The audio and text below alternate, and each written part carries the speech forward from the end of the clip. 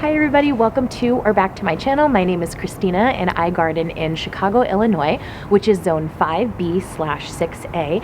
And today we're going to be starting a series that I'm going to be filming all summer long called How Much Can I Grow in This 10-Gallon Grow Bag? Now, I know that sounds like a super gimmicky title, but one of the things that I hear so often when people hear that I have a garden, especially in the city, is they always say, oh, I wish I could have a garden too. I just don't have the space. And I think that there's this misconception that you need a ton of in-ground space in order to grow your own food. And that is simply just not true. So whether you have a small space or you have a patio or you have a balcony, if you have outdoor space and it gets full sun, you too can be growing your own food.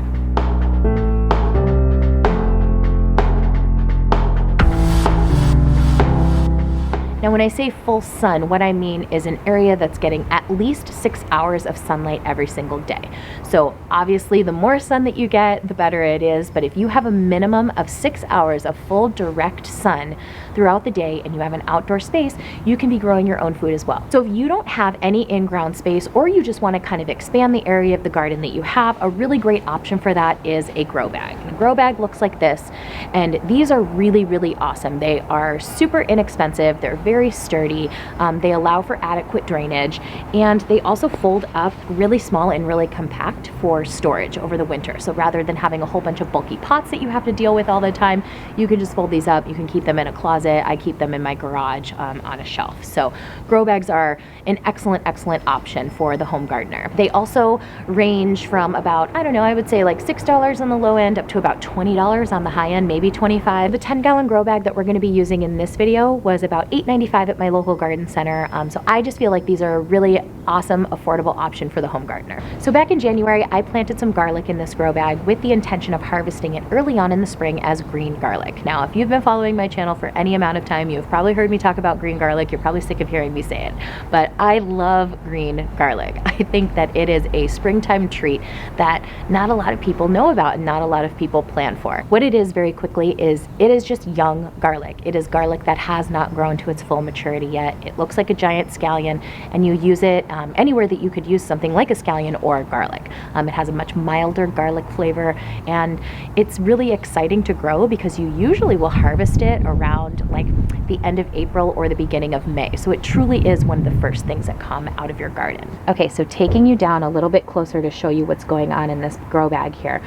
This is the garlic that I planted back in January. Now, when you're thinking about small space gardening, you want to be thinking about things that you can plant in the fall for a spring harvest. So in my zone and in my area, garlic is typically planted around Halloween at the end of October for a summer harvest. Again, we are going to be harvesting this as green garlic.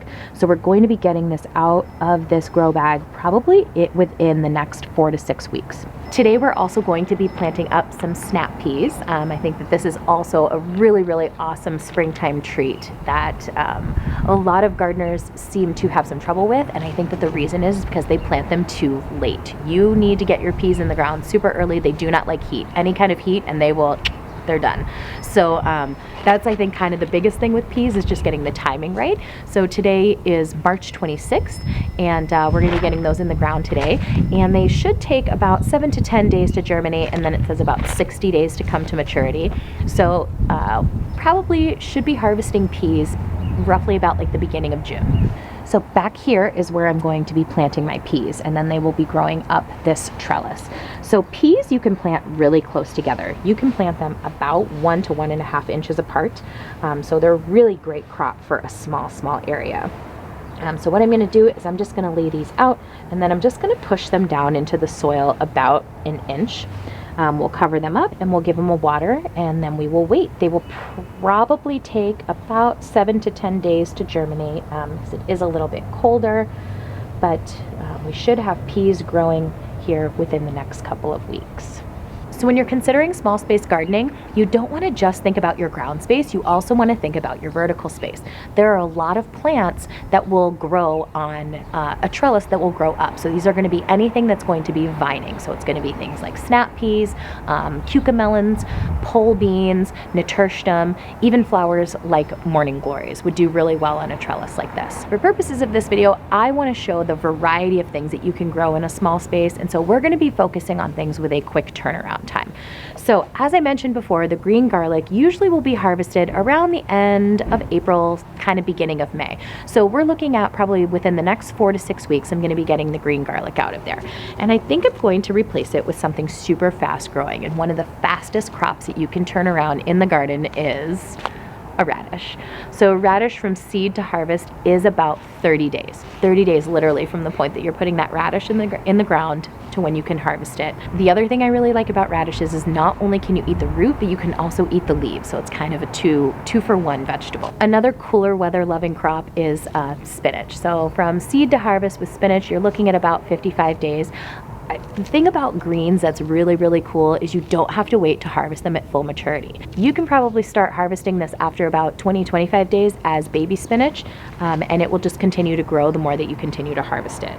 The same with arugula. So arugula from seed to full maturity, probably about 40-50 days or so, but as little as 20 to 30 days to get kind of a baby arugula going. Once the green garlic comes out, we will be getting the radishes and the greens in, and we're looking at kind of harvesting those around probably the beginning to mid-June, which at that point we'll get some summer veggies going on in there. Well, thank you so much for watching. Make sure you check back throughout the summer to see what I'm growing in this 10-gallon grow bag. And if you could like or subscribe or share this with a gardener in your life, I would highly, highly appreciate it. It would super help out my channel. Otherwise, I will see you back here in another couple of weeks for more gardening content. Thanks a lot. Bye-bye.